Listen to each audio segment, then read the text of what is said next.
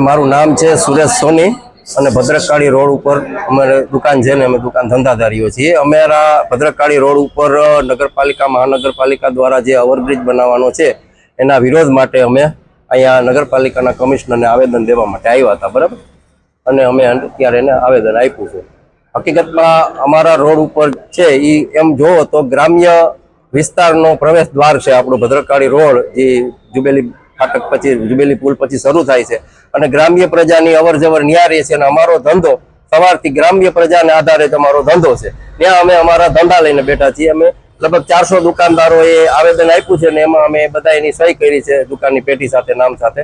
અને અમારી ત્યાં આગળ નગરપાલિકા જે ઓવરબ્રિજ જે ટ્રાફિકની સામાન્ય સમસ્યાઓ કે જે ટ્રેન છે એ ટ્રેકિંગ માટે અવારનવાર નીકળે છે અને એને કારણે અવારનવાર ફાટક બંધ થાય છે, પણ એ બહુ ઝાઝા ટાઈમ માટે ફાટક બંધ રહેતો નથી। 5-7 મિનિટ માટે ફાટક બંધ રહે છે। એમાં પણ રેલવે વાળા કોઈ ફાટક બંધ કરવા વાળા કોઈ વ્યવસ્થિત માણસો નથી। રેલવે માંથી એ લોકો ઉતરે છે અને ફાટક બંધ કરે છે અને પાછા ખોલે છે અને એમાં ટાઈમ બગડે છે। એને કારણે રેલવે વધારે ટાઈમ એક જ માણસ દ્વારા આ બધું ઓપરેટ થાય છે, જેને કારણે અવારનવાર વધારે સમય ફાટક બંધ રહે છે। અને આ બધી પરિસ્થિતિમાં ફાટક બંધ રહેવાને કારણે ટ્રાફિક થોડીક વાર થાય છે। બાકી કોઈ એવી પોરબંદરમાં કોઈ એવી આ રોડ ઉપર એવી કોઈ ટ્રાફિક સમસ્યા છે નહીં। 5-7 મિનિટમાં પાછી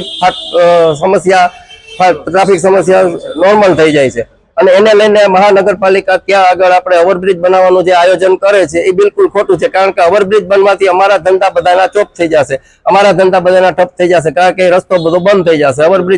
ઓવરબ્રિજ બનવાથી કોઈ ફાયદો નથી અને એ ટ્રાફિકની સમસ્યા સોલ્વ થશે, પણ બાકીના અમારા આ 400 ધંધાદારીઓની રોજીરોટી કમ્પ્લેટ બંધ થઈ જશે, સમજ્યા। એ ઉપરાંત બાકીના લીમડા ચોક શાક માર્કેટ છે, એસટી નું પિકઅપ બસ સ્ટેન્ડ છે, બીજા કોઈ રેકડી વાળા પાછળના વાળા ગલીઓમાં જે કોઈ લાગતી વખતે જે કોઈ ધંધાદારીઓ છે એ બધાને માટે અસર પડશે।